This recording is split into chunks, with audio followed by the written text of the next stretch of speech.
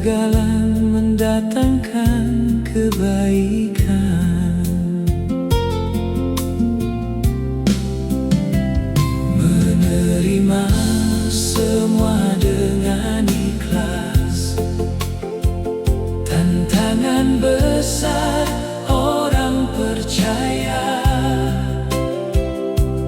tetapi kasih karunia Tuhan dipanggil menerima dan mengampuni.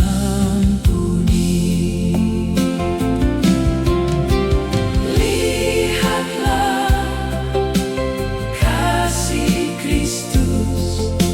Kegagalan mendatangkan kebaikan.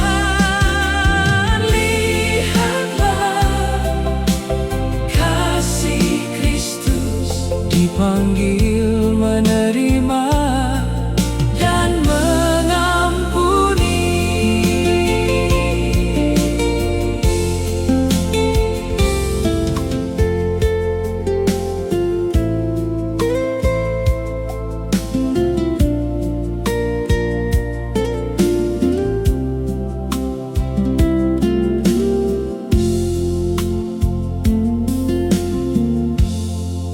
Tuhan mengizinkan kegagalan, peristiwa yang menyakitkanku, supaya pemulihan yang besar. Kegagalan mendatangkan kebaikan.